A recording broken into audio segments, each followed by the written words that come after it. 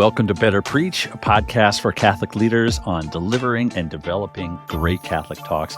I'm your host, Ryan O'Hara, a 25-year vet of college and young adult ministry, and this is episode 33, Confidently Speaking with Katie McGrady. You know, confidence is one of those things that as soon as someone opens their mouth, you can tell if they have it. And if they do, you're at ease, you're at peace, you can kind of track with what they're sharing. But if they don't, and if they don't have confidence, you're actually more worried for them and kind of, are they going to be able to make it to the end of the talk and forget trying to remember what their message is all about. And so confidence is crucial. And my guest today brings the joy, the freedom, and power of confidence to every talk that she gives. I've experienced this of her speaking and her teaching, who she is on the radio or TV. I've seen this for so many years in her. And so Katie McGrady, she's our guest today. Katie is a wife, mom, award-winning author, international speaker, podcaster, and daily radio show host on Sirius XM Channel 129. And she's the perfect guest to kick off season 2 of Better Preach. And so there's a few things that I want to update you on season 2. So number 1, we're going to be on YouTube. I'm on YouTube. I'm looking at you right now on YouTube if you're on YouTube. Should I say YouTube one more time? So check it out on YouTube. We're not just on the podcast apps. If you get in YouTube, search for Better Preach Podcast. You should be able to be right there. You should find it. Number 2, we're going to have more priests on the show in season 2. So that's fun. We're going to talk more homilies, more things related to priests and speaking and teaching, and a whole bunch of cool things with that. So look forward to that. Number 3, we're going to keep kind of the variety of the episodes going. There will certainly be interviews, as we have done through most of season 1, but we're also going to add some solo episodes and some conversations with my good friend Connor Flanagan. He's going to help kind of guide some conversations with me on certain topics as well, related to speaking, teaching, preaching, all that. So I'm looking forward to that variety and what's to come here in season 2. But before we begin, I would love to connect with you online on Instagram at Better Preach. That's all one word, at Better Preach. So, stop by, say hi, reach out. I would love to connect. Let's get into it.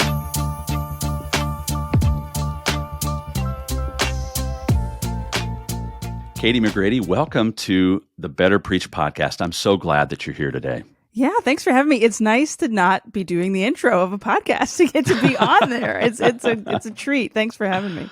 You're so welcome. I think it's really cool. An O'Hara and a McGrady are talking about preaching on St. Patrick's Day. It's a great day. How fitting, right? Yeah, it is. Well, when you sent me the Calendly link, and I was like, oh gosh, I don't think I'm going to be able to pull this off until March. And then It worked out perfectly, because I try to never travel on St. Patty's Day for the sake of my husband, so he can enjoy the day and not have to be wrangling kids by himself. So it worked out. Well, that's awesome. And speaking of which, do you guys have kind of fun plans to celebrate and mark the day today? Yeah, so St. Patrick's is not as big of a deal in Southwest Louisiana, where we live, as it is from in other parts of the country, including Scranton, where my husband's from. As the office line goes, it's the closest thing to Christmas that the Irish have. So we throw like the St. Patrick's party in town for our friends and family. Yeah. So it's kind of it's my husband's point of pride is that he has been stockpiling Guinness for weeks. Like every time we go to the grocery store, he just grabs some Guinness. We've got a loaded fridge of Guinness. We've got some potato soup, because we did not get a dispensation in our diocese, which is fine. I'm not harboring a grudge. It's a good potato soup. We've got lots of friends coming over. We'll be blasting Irish music. The kids will get to play. So yeah, that's what we'll be doing. That's great. If there's one day that you could sort of embellish, the fast, like it's a exactly. good potato soup. It's a good one. It's nice and creamy. It's not just some broth and potatoes. Like we're doing it up. It's a creamy potato soup. That's so good. I think sometimes kind of this extravagance of like the fish meals and all of yeah. I think are we catching the spirit of the thing? I don't always know. letter of the law, sure, but the spirit, I don't know always. Well, in Southwest Louisiana, it's more of a penance to have to eat corned beef on St. Patrick's Day than to go have delicious fried, any sort of seafood you can imagine. Like crawfish is not a penance for us at all. We can get it. In fact, there's a ton of places running St. Patrick's Day crawfish deals because they know people are like, gonna party tonight and might as well. Gosh. So like, that's not a penance for us. It'd be a penance to force me to eat a burger today. Yes. No, that's awesome. Well, then good. It sounds like it's working out great. We'll be fine. So you've been speaking to audiences for many, many years. You have a national radio show, been on stages throughout, and even made appearances on television as well, which is really, really pretty cool. And throughout that, one of the things I've noticed, just as I've seen you in these spaces, is there is a kind of an effortless confidence that you have, and it's just so refreshing. And I wonder where did that confidence? Do you feel confident? I don't know, but where does that come from, and how has that sort of been developed in you over time? Oh, that's a great question. A long time ago, like pretty much, I'd say like early college, definitely not in high school, even though I did speech and debate stuff. And I, excuse me, the first talk like I ever gave was in high school at a youth conference kind of thing. But early in college, I just kind of realized that it didn't really matter what anybody thought about me. They could like me or they could not, but I was confident in who I was and who God has made me and what I'm capable of, and whether that's received or not isn't the ultimate end goal. What matters is that I do the very best that I possibly can do. And so I think just kind of having that mentality for the better part of a decade and a half, it doesn't mean like I don't have imposter syndrome from time to time. It certainly doesn't mean that I don't get nervous. It doesn't mean that I always feel like I say exactly what needs to be said. You have better days and you have off days, and sometimes you'll hit the talk and you'll be like, oh man, like I was jiving. And then sometimes you walk off and you're like, done better. But what matters most, I think, and one thing that I've tried to hold on to is just this awareness of I'm going to do my best, and it's okay if it doesn't land exactly as it's supposed to or as I would want it to, because I'm confident in who I am and in the abilities that I have. And I don't know that that's something that can be taught so much as just like it's a mental thing, like I know my talk, I know my stories, I know the points that I want to hit. I just got to go do it.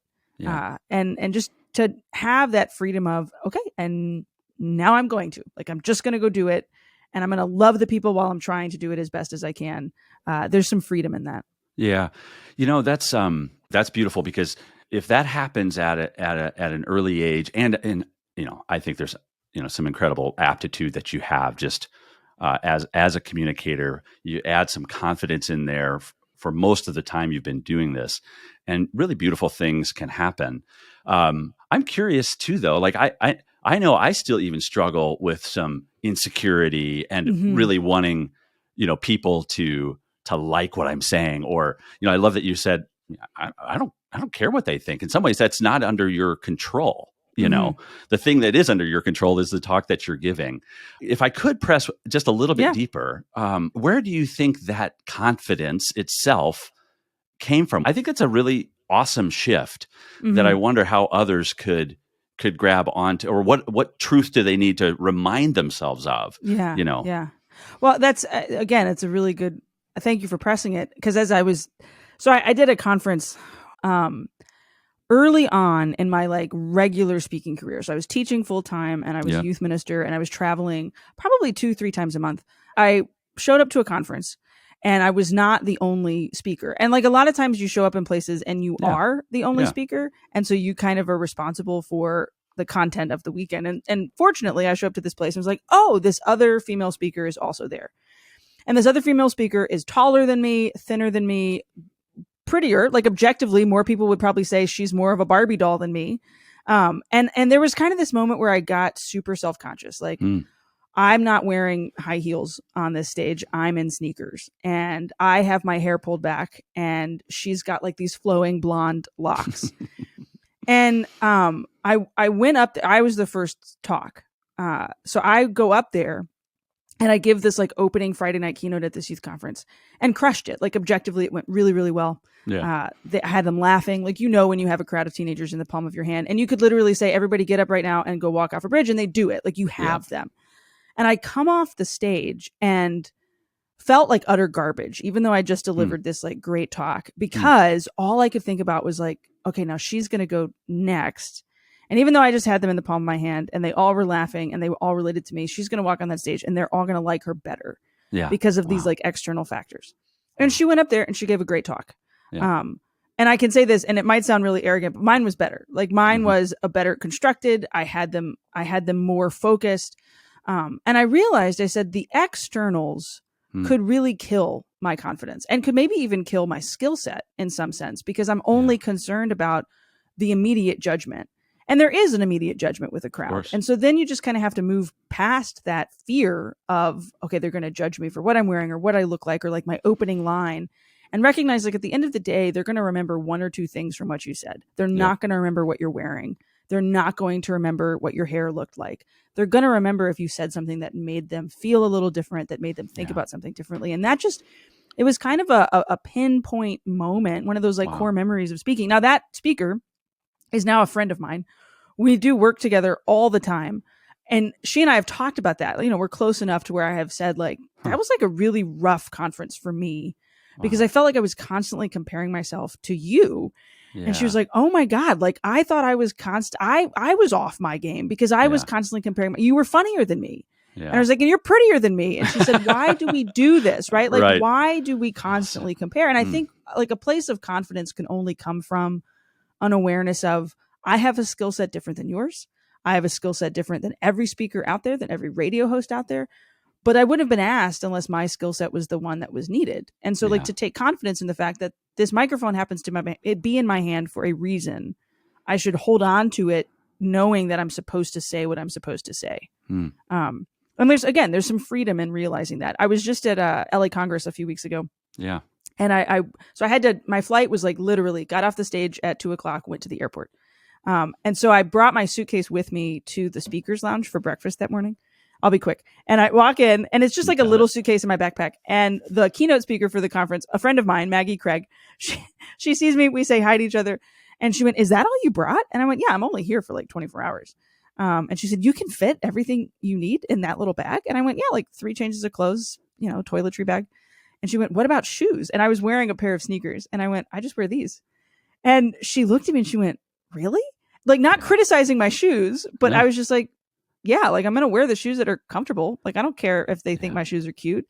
And she looked at me and she went, they don't care if the shoes are cute. I said, no, they really don't. And so like, I think maybe that like gave her a little bit of confidence and like, you know what? Like, it doesn't matter if I've got the cutest pair of shoes. I've got something good to say. I'm going to say it.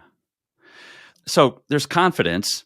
And then there's sometimes you don't have the words.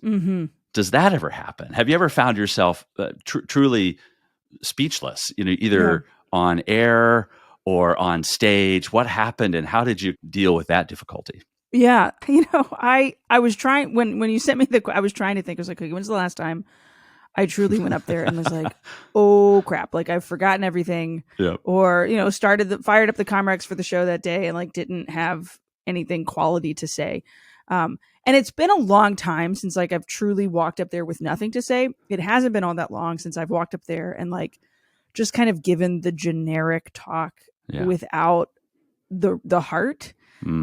So, I mean, recently I was at a youth conference and I brought my whole family with me and it ended up being fine. But like, I try to do better than fine. So we were staying the night at the Chancery at this conference and my husband had to go downstairs to park the car. And he came back up to the room and I've got like the girls, I'm trying to get them situated. They're like watching Bluey on their tablets. And he comes in and he went, did you know this event is outside? And I went, what? And I've been to this place before and it had been in an auditorium. So I just had assumed, had never asked, like, are we inside or outside? And he said, yeah, no, there's like a huge stage set up outside. There's like 400 kids that are going to be on concrete for the day. Oh my. And I've got literally, it was an hour scheduled for the keynote, which is too long. People, please don't give people an hour for a keynote. Right. Nobody needs to fill an hour on stage. 40 to 45 is the max that you should make an audience sit through. And then it ended up actually being like an hour and 15 because they were ahead of schedule. And they were just like, here, can you play a game with everybody? So I walked on the stage the next morning and instantly had a flashback to a terrible talk at New York Catholic Youth Day years and years ago, in a tent outside after a Puerto Rican rap group had done like afternoon entertainment. And then they introduced me and they were like, this is Katie. She's a teacher, but not a boring one. So it just like fell flat on my face. Like it was just a bad talk. Because sometimes like the external venue, I might have all the confidence in the world that like I know who I am and I know whose I am. But if like the environment is not what I thought it was going to be, sometimes I find myself so literally walk on stage, have to play with them, pull out my old youth minister tricks. We played Bear Ninja Hunter. We played progressive rock, paper, scissors because we've got to fill time. And I was supposed to start the talk with a certain story. And I didn't. Like my brain kicked back into youth minister mode and I would play those games and then start with this whole other story. And I out of my butt, like that's really the only way to describe it. I gave a talk that I've given 1,000 times years ago when I spoke more at youth conferences, and it went fine. It was like the whole thing. The whole thing. Like it was like riding a bike. Like I know my points. Like you start with the story of come and see, and then you go into like these 4 miracles of Jesus, and then you end kind of with like a personal story about this moment that I prayed with a guy in airports. Like I went through the beats. I have the talk memorized in my head, but I could see my husband in the crowd with the girls, and he was like chuckling because he knew I was just on autopilot mode at that point. And so I think I caught myself like halfway through. Like, why am I telling? Like mentally as you're talking, like, why am I doing? Well, I guess I have to keep going with it because I don't know how I'm going to get back to those original points. And like, oh my gosh, it was jarring. It was very jarring because I kind of felt like I was in 2 places at once. Like I'm giving the talk, I'm on autopilot, but I'm also mentally like, this was not what I had planned. And this is not the notes that I have in front of me, like on the tablet that I brought up here, but I'm just going to have to go with it. And it was fine. It was fine. I don't think they knew. They were none the wiser. My husband, he knew exactly what was going on. But yeah, that kind of caught me off guard. And so like, I mean, if there's one piece of practical, always know, is it an inside or outside event? Like, are you going to have a handheld? Are you going to be on a wired mic? Are you going to have a headset? Like sometimes those things can be the thing that puts you back into old school autopilot mode. And you don't, you just don't know what you're doing. You do it, but you sometimes don't realize it. Right. And we know, when I leave my neighborhood, I normally turn left because that's the way that we go to 99% of the things, unless I need to turn right. And then, I'm halfway to work and wait a minute, where am I? I completely forgot. And that's real in that situation. I've had that experience a couple of times where you're out of your comfort zone and you go back to these things that you feel confident in. Mm-hmm. And I love the fact that you got all the way kind of to the halfway point of like, there's no turning back. We've got I'm in it. Yeah. We've got to keep going. Good for you. That's what a cool story. I love that. So, you have a beautiful family, 2 little girls, and you share your life on social media in such a generous way. And I've often wondered, like, what's the difference between the person on stage and kind of the mom at home, and are there things that audiences might experience of you that your kids wouldn't even wouldn't recognize? That's great. Yeah. I don't think my kids know how funny I am on stage. Like right. Truly, like I am not, I'm the straight man in our house. Like I am mom who keeps things running. If you've ever seen Bluey, I'm Chili and my husband is Bandit. Like we are the healer family. And if you've ever seen Fancy Nancy, I look like the Fancy Nancy mom even. Like I'm very much the keep things moving. And then on stage, like my favorite thing to do is make a room of usually women at women's conferences. I can have them roll in within about 15 minutes.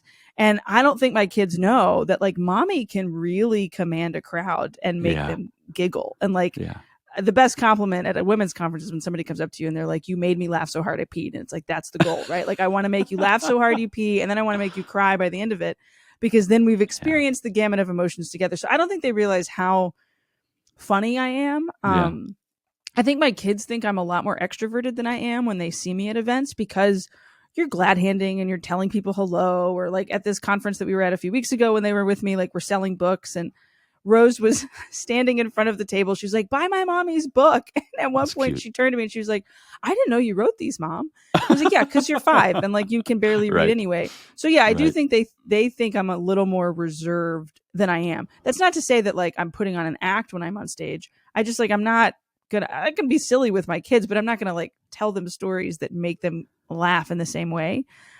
Nor am I as like playful as their dad is, because he can take on that role of play parent, and I can be the parent like, let's do arts and crafts together, and like kind of the mellow parent. I also think it's funny that, you know, when I'm on stage, I gave myself so after I had Rose, I took off 4 months, and the first event that I came back and did was a partnership for youth event up in Minnesota. Mm-hmm. Yeah. So like Amy flew me in for the day. I spoke that night, and then I flew home the next morning. So I was literally gone 24 hours total, and it was great. It's a good re-entry. And so we went out to dinner right before the event at this very nice seafood restaurant. Okay. And so, you know, we're catching up. I'd done Steubenvilles with PFY before. She's asking how motherhood is. And she asked me, she was like, do you think of your audience now with like a mom brain? Yeah. And I was like, you know, I think I do. Like, I think if I was still in the classroom, I would even be thinking of my students kind of with a mom brain. Yeah. And I want that to come across on stage. Like, I love you enough to tell you what I think you need to hear. I love you enough to realize like I can't tell you some of those things until I've probably won your attention and favor. And that's only going to happen if I make you laugh a little bit, or if I tell you a story that like we feel connected, you can see yourself in that story. And so I think my kids do recognize that. Like they would recognize that mothering spirit that I hope comes across, but I don't think they'd recognize the humor. That's so fascinating. You know, as they get a little older, they'll see that and experience that, and this sort of whole world will probably open up a bit. Yeah. It's really beautiful. I had an experience a couple of years ago where it wasn't one of my adoptive sons, but another young man who was living with us was sort of watching what I was doing, and he came up to me in the middle of the break, and he basically said, I want to be like you when I grow up. And it was such an honor, you know, like he didn't know that kind of side of me or what I was doing. And it was such a sweet thing for him to articulate. So I hear some convictions even around the importance of humor, and they're not always going to remember everything you said, but they might remember how you made them feel, you know, for instance. I think that's so powerful. What would you say are some of your strongest convictions about speaking to Catholic audiences? So like what needs to be said or how to say it? Both. Like if I said, I'm convicted that speakers need to say something or do something certain ways, you know, what might those be? Oh yeah, that's good. I think if somebody has trusted us with a microphone and oftentimes put a price tag on our being there, you know, this is an exchange of payment for services, not to put like a capitalistic bent on it, but no, but that's real. You know, like there's a real reality, you know, they're paying you to be there. Their budget is going towards you in this particular instance. You best be prepared. Like I have a very strong conviction that you should never really walk in blind. And I realize I just told a story about how I just like started giving a talk on autopilot, but like I had, but that was based on preparation. Yeah, though. That was based. Yeah. For years and years, I've been giving that version of a talk. No, but I had prepared like a lot of diligent notes concerning the theme before I kind of got thrown for a loop in that moment. But I've watched a lot of speakers in a lot of different contexts, whether at, you know, events where there's always a team, or like you go to an event and you're just like doing a workshop and you get to see kind of everybody else doing their thing. That sometimes we live in autopilot because we do it so frequently that we forget. And this is something I try really hard to hold on to. We forget the real magic and honor that it is to get to talk to crowds of people. Yeah. And so like remembering the responsibility that is, and taking it seriously enough to make sure that you are as good at your craft as you possibly can be, because it is a craft, and that you have prepared diligently and well, whether it's for the topic itself, right? Like, okay, it's the theme of belong. And you probably have like your 10, 12 ready-made stories that you know how to tell all the time. And you've got like your scripture passages that you love to dig into.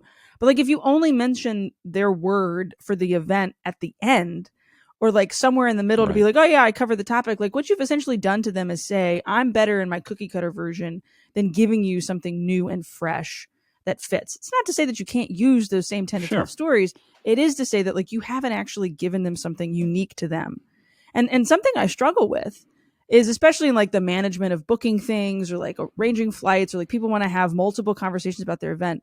I'm always like, okay, yeah, but I've got like 10 of these coming up in the next 3 months and you're the 10th. So like, I'm not going to get to you until 2 weeks before.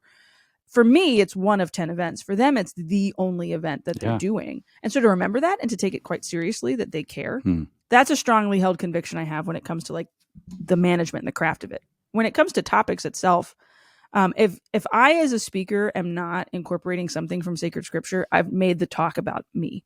And I have not gone back to literally the story that we have, specifically of, in the Gospels. If I'm not bringing something in from the Gospels, then I'm not actually telling them about Jesus Christ with some sort of tangible example that hopefully, and I've gotten this feedback before, people go back to. Like if I reference a story, I try to make it a point, be like, you should go home and pray with this, or like you should maybe try to take a little bit of time after this event to think through what I'm saying and go read this story for yourself. I think that's a really important thing that speakers have to continually do, and I try to do. And I think maybe if there's like third strongly held conviction that I have, it's don't use too many slides. I used to be a slide hound. Like I would walk in with like, unless it's a teacher's event now where I have like a full day with educators, I use maybe 1 or 2 pictures. I used to be very tethered to my slides. I think that boxes a speaker in a really dangerous way. And so like strongly held conviction, don't use too many of them. Wow. Well, right. And not only hopefully not too many, but also what's on those slides too. We've just seen, you could have one slide and it could have 500 words to go. Yeah. Don't do that. Don't do that. Can I tell a story about that? So I had an event years ago in Halifax. It was a Steubenville conference, and the program director gave me some feedback after one of my sessions about how I used too many slides. And he was being as gentle and kind as possible. And I took it incredibly personally because I was like, how dare you criticize? I know I'm good at what I do, kind of arrogantly. And then I thought about it on the way home and I was like, God, he was right. So I'm like mad at the way he's like called me out and given me this feedback and kind of like holding this grudge against him. Well, the following summer we had another conference together and he was the program director.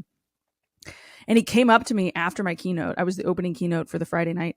And he came up to me afterwards and he pulled me to the side and he said, a year ago, I heard you speak and I gave you some feedback because I really didn't think you were as good as you could be.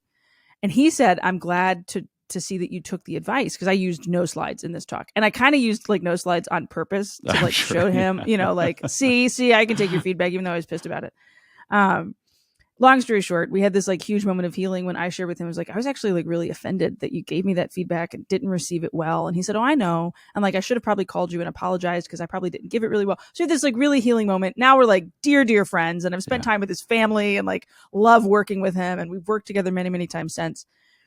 But I think that it kind of shifted something in my brain of like, there's always room to improve. Yeah. And the people that offer you some sort of feedback, sometimes it can be petty, but a lot of times it comes from a place of, you're going to be doing this for the long haul. Like, let's make sure you're doing it as well as you possibly can, Well, and it's hard, right? It's hard to receive that kind of feedback. It's also hard to give. It takes a lot of courage on both sides. And you can see this great fruit. It probably was the seedbed of the strong relationship you even have now, that kind of willingness to be honest and we just had an event a couple weeks ago together, a parish mission, and he came up to me and he said, you handle crowds really well. And he said, like, I have seen an improvement of your skill over the years because you handle a crowd on the radio every day, even though you can't see the audience. He said, but one feedback? And I was like, please give it to me.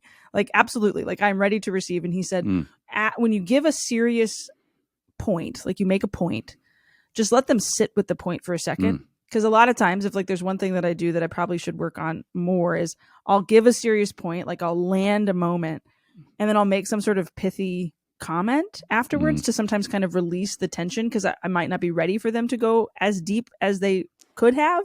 Yeah. And that can sometimes kill the mood. And he was like, it's not that you're not funny. It's just like sometimes maybe you could like use it at a different time. And it was good feedback. The next night I kind of modified and shifted and let some of the seriousness sit, and it set them up better for what was coming as the night progressed. Well, and dead air on radio, for instance, is killer. And so, you're filling space all the time. Constantly. Yeah. And point. so that would probably, even be harder in that live setting where the natural thing is just to keep going. Yeah, you're very right. That's very true. Yeah. So you're pointing out a few kind of moments of growth and kind of getting better and hearing that feedback and from those who have hired you. Are there other kind of bad habits that you've had to kind of tackle over the years and to kind of fight against? Yeah, I have a tendency of trying to do too much in like a 30-minute block. Because I'm like, oh, that's such a good story. Like they'll love that. Or like, oh my goodness, like I have to talk about it. So I have to practice pruning a lot. So that's kind of one bad habit where I won't prune and I'll find myself in the middle of a talk thinking, oh, I can still fit this in. Or so like go over a couple minutes or you cram it and it doesn't have the same weight that it could if you just like saved it. Also recognizing that like, it's okay if you don't get to every single point as long as the general point is there. Not to say you're half-assing it, but to say that like, less is more sometimes. And that's a radio thing. If I've got 20 minutes on air in my opening segment, I have to factor in the fact that like every 5 minutes, my crowd is probably changing. So you have to do a lot of resetting in radio. That is not the same thing that you have to do with an audience. So like, it's okay if I'm trying to make 5 points and make them in progressive order rather than having to like keep restarting and resetting with the crowd of people that are just captive and sitting in there in that moment.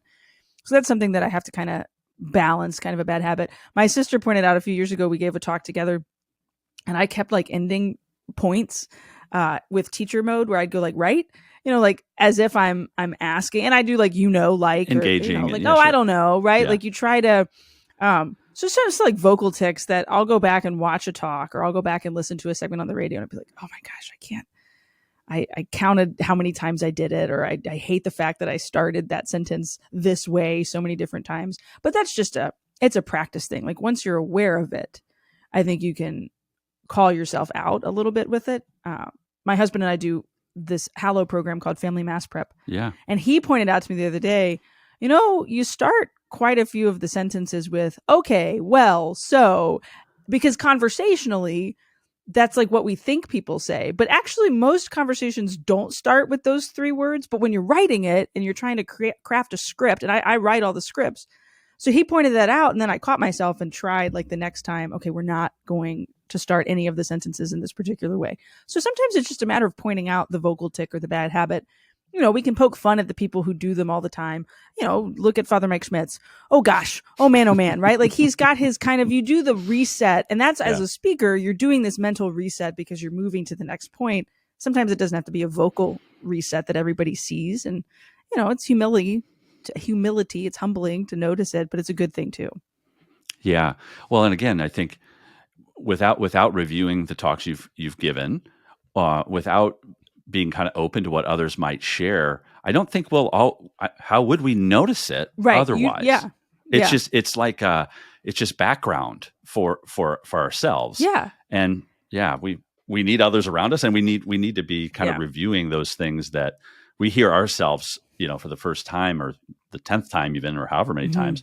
And you're still like, whoa, I had no idea I did this and that. And I sound like this, Yeah. Vocal commas is what a speech coach told me back in high school when I was doing oratory. She said, your commas are silent. Like when you're writing a sentence, so I just did it there. Like is not a comma, but we use it as a comma vocally because we're used to putting it there when we're writing. And speaking is not writing, nor should it be. Yeah. If you're typing out your talks, stop, because they probably don't sound very good. Mm-hmm. So speaking of that, that's a great segue to what I was going to ask you next is process. Yeah. What does it look like? Maybe even walk us through the most recent kind of newer talk you developed even, like what does your process look like from idea to you grab the mic? What does that look like? Yeah. So I typically will, if they've got a theme or they've got a specific passage, or so a couple of weeks ago, I was at this women's conference and my talks were on, the last one was on evangelization and the first one was on conversion. So I was the bookends. So it was conversion and evangelization. And so I knew, okay, if what is conversion? It's a turn. And what is evangelization? It's a sharing of the gospel. So there's my overreaching theme. So what do I think these women need to turn to? Is it a turn away from sin? Is it a turn to paying attention to the Lord? What do I think they need to share? Like what good news does a Catholic woman have to share? So you kind of ask yourself, what do those words mean? Yeah. And what do I want the end point that I make about that specific word, that specific theme to be? And then it's a matter of, I typically try to tell at least a story at the start and a story at the end that is personal, not a story necessarily that like bears my soul. My goal is not to cry on stage by any means. Some talks are more vulnerable than others. Sure. Some talks are more personal than others, but usually the opening story will be something that makes me relatable or something that kind of illustrates a facet or part of my life. Recently, basically every talk I've given has started with a little quick 2-minute intro about a career day I went and did at my daughter's school, where she introduced me as, this is my mommy, Katie, and she talks to the wall while she's alone to describe what I do for radio. See, and it gets a little bit of a laugh. And then I'm like, so thank you for having me, because now I'm not talking to the wall. I get to talk to all of you. And it's just like a very easy entry point without just saying like, hi, thanks so much for having me. It's great to be here. So then some sort of a story that will particularly grab them, oftentimes try to make the first one a little funnier, ham it up. Yeah. And then it's a matter of entering into the thematic point. So I tell this one story about when Rose was born, and the kind of the hook at the end of the story is my mom walking into the room where the placenta had fallen on the floor. And it was just absolute chaos. And I was passed out in the bed, and I heard her say, how can I help? And so I use that as like a jumping in. Okay, so what does it mean to be a woman who helps? Or the different ways that you can unpack that little phrase in your life. We'll use that to segue into some sort of a scripture story. And I think it's really important as a speaker to try to do kind of Ignatian spirituality, in the sense of like, let's look at a story and put yourself into it. And we're not like closing our eyes and doing Lectio Divina, but tell the story. Sometimes try to make the telling of that particular moment or story funny. When you read the same passages over and over again, or you're drawn to particular moments in scripture, I think The Chosen has done this really well and has set people up really well to receive this, but like look at the humanity in the moment. Yeah. And then of course use that into the heart of the talk, which is to make the key points that want to be made. I think it's really important to never try to go more than 2 or 3 key points that you want somebody to walk away from. And I often will like mentally tell myself, this is the line that you say, if you remember nothing else that I talk about today, please remember this. And that usually will stick out to people. Or you'll see, especially if it's an audience of adults, they will grab pen and paper and like write it down. And then try to wrap it up with some sort of a personal connected moment, again, kind of back into it. So that's kind of the process. I use a Remarkable tablet. I always handwrite my notes. Yeah. Very rarely do I ever look at them, but I learn by writing. That's how I studied in college. So like being able to write out key points or like, notes that nobody else would understand, like placenta story. Nobody else is going to know what that means, but I know what it means. And I'll write it through 4 or 5 times, like in anticipation of a talk, just to kind of keep reiterating it into my head. So what are you actually writing down? Like how much do you said, you're not writing word for word, but what does that look like? Let's see. Let me go to this talk that I gave the other day. Sorry, this is real time, folks. I'm pulling up my tablet. Okay. Broussard women. Okay, so here we go. So this was an hour-long women talk. So first line, talk to the wall while I'm alone. So I know what that means. What we do defines us. And so when that's taken from us, ... So I know, like, talk about identity in the sense of it's not just what you do, it's not what you produce. Then I tell Rose's birth story. How can I help? Through the chaos and noise, my mom asked what she could do, right? Because she needed to be useful in the room. And then it's because we think our doing is what makes us valuable. And then I have a lot of arrows. So again, nobody would necessarily appreciate this besides me. And then it goes to our existence as the beloved of the Father who sees us as daughter, sister, mother. And so then it's 3 lines: a daughter who knows she's loved, a sister who knows she's in community, a mother who nurtures in only the way she can. I've got a line that I think I said it word for word in the talk. The identity rooted in Christ transforms us for women who simply do to women who are known by and know the Father. And if we don't know this love, then we make ourselves busy with the doing that prevents us from seeing the love. And so then it's right into Martha Mary. So it's just, it looks like study notes. Like, okay, these are all if somebody wanted to, like, if they came up to me afterwards and was like, could you give me some bullet points of like what the talk was about? I'll take a picture of it and text it to them. And they might remember some of those moments, but it makes more sense to me having written it out. And there have been talks in the past where go ahead. Sorry. Yeah. So you write it out multiple times? Yeah.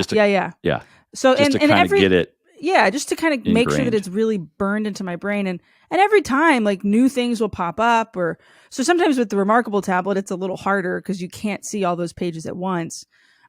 versus like when I handwrite it, I'll have like each version of it kind of spread out in front of me. And it's almost kind of like osmosis. The writing of it, it invests, it imbibes itself into you. But again, that's how my dad taught me how to study when I was in high school, because he was working on his master's when I was in high school. So we would study together at the dining room table, and I'm taking AP history and he's working on his master's in education. And we would both just be sitting there handwriting notes over and over and over again. Cause that was just how it would get into my system. That's cool. But you don't look at that necessarily. Do you have that tablet on stage? It's on stage. I always ask for a microphone stand or like a podium or a music stand, and it's there. Yeah. It's like a little Linus Blakent, but very rarely do I walk over to it and like scroll up or down, unless I'm like incredibly inadequately prepared. But that's my tell. Like if I'm constantly going back to my notes, I am phoning it in. If it is in me, it's because I've sat there and I've written it out multiple times, and I know what I want to get across, Is there any chance that talk is available online for the general public by any chance? Yeah. So that Broussard women's talk, actually somebody just messaged me this morning that they just saw it. I'd love to link it in the show notes. Yeah, I'll send you the Sacred Heart of it was at Sacred Heart of Jesus Parish in Broussard, Louisiana. They do this really cool model for their parish mission, where they have a men's night and a women's night. And I have to tell you, I completely forgot about that event until the Friday before, when they emailed me like, "Hey, what time are you planning on arriving?" I was like, "Oh, thank God they emailed me." Like I would have been sitting in my house on Monday, like, wait, I'm supposed to be where? Like driven the 90 minutes to get there. So yeah, somebody just watched the talk. Fun. This is going to be really a weird connection point, but she's my sister's best friend's mom. That's the small town that we live in. And she texted me this morning to say that her daughter had wanted to be at the event and had watched it online, and she was like thanking me for talking about it. And so yeah, I'll give you the link. It's please somewhere. do. Yeah. Just would love to share that for people to check that out in the show notes and kind of hear kind of how you process that. And to kind of see what that looks like in real time. So as we bring this to a close here, think of yourself, when was that kind of first major talk that you gave? How many years ago would that have been, just roughly? Oh man. I mean, the first keynote I ever gave, I was 17 years old, and it was at our youth conference in our diocese. I was a member of our core team, and our director of youth ministry, who's still in that position, Melissa Thibodeau. She was my 8th grade religion teacher, one of my dearest mentors and friends. In the parking lot of my mom and dad's house, like in our driveway, she was driving me home after one of the meetings. This was like when you couldn't ride in vehicles with adults, the early 2000s. She asked me if I would be open to giving a testimony. So I was like, yeah, like what, like 5-10 minutes? And I did speech and debate stuff. So like she knew I could, handle a microphone. And she said, no, I was thinking like 30 or 40 minutes. Whoa. But I vividly remember kind of that rush that you get when you realize, oh, I have them. And then also like that kind of that fear of like, oh my gosh, like I have them, I have to keep them. And then that feeling of like, I'm really proud of what I just said. And like, there's nothing wrong with being really proud of it, Well, I wonder what advice you would give to your 17-year-old self even.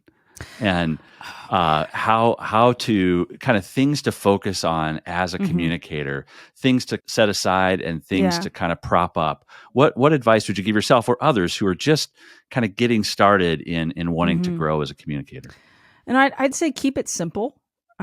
Less is more, kind of what we talked about earlier, that at the end of the day, the goal should always be that person walks out of your talk knowing Jesus a little bit better.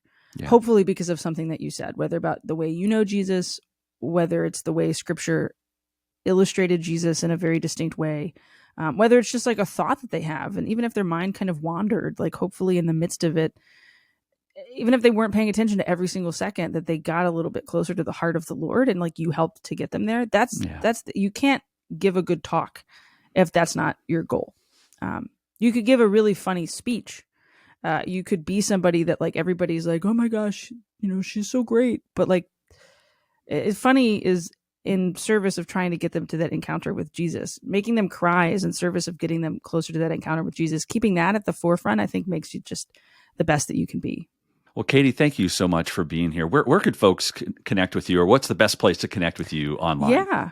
So KatiePrejeanMcGrady.com is kind of the hub with links to my podcasts, link to my radio show. You can find my books at the good folks at Ave Maria Press. And then I'm every day, 5 days a week on SiriusXM 129 from 1 to 3 Central, 11 to 1 Pacific. I think I never get the times right. It's 1 to 3 Central. That's when I have to be on here. That's so right. Hopefully That's you can when you hang out need with to be in us the there. room by yourself. I had to staring punch at the the wall. button by 12:30. Yes, staring at the wall alone. Thanks for letting me out for a little while, getting to chat with you. Oh, this has been a great joy, a great honor, and a great way to get season 2 of Better Preach kicked off. And just so grateful for this time. Thanks so much. Yeah, thank you, Ryan. I appreciate it.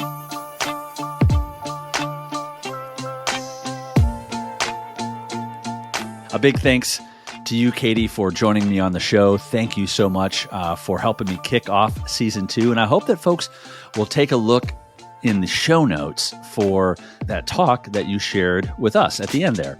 And in fact, it's a podcast episode. So you don't even have to leave your podcast app. Just click on that link in the show notes and you can listen to that very talk that Katie described. So please check that out. And I'd love, before you go, please hit me up with a rating and review on Apple Podcasts and on YouTube. You can hit the like button below. And I just want to say a big thanks to my good friend, David Vessel, my podcasting production partner. Thanks for making this look and sound so good. And all of you have millions of choices when it comes to podcasts. Thanks for press and play today. See you next time.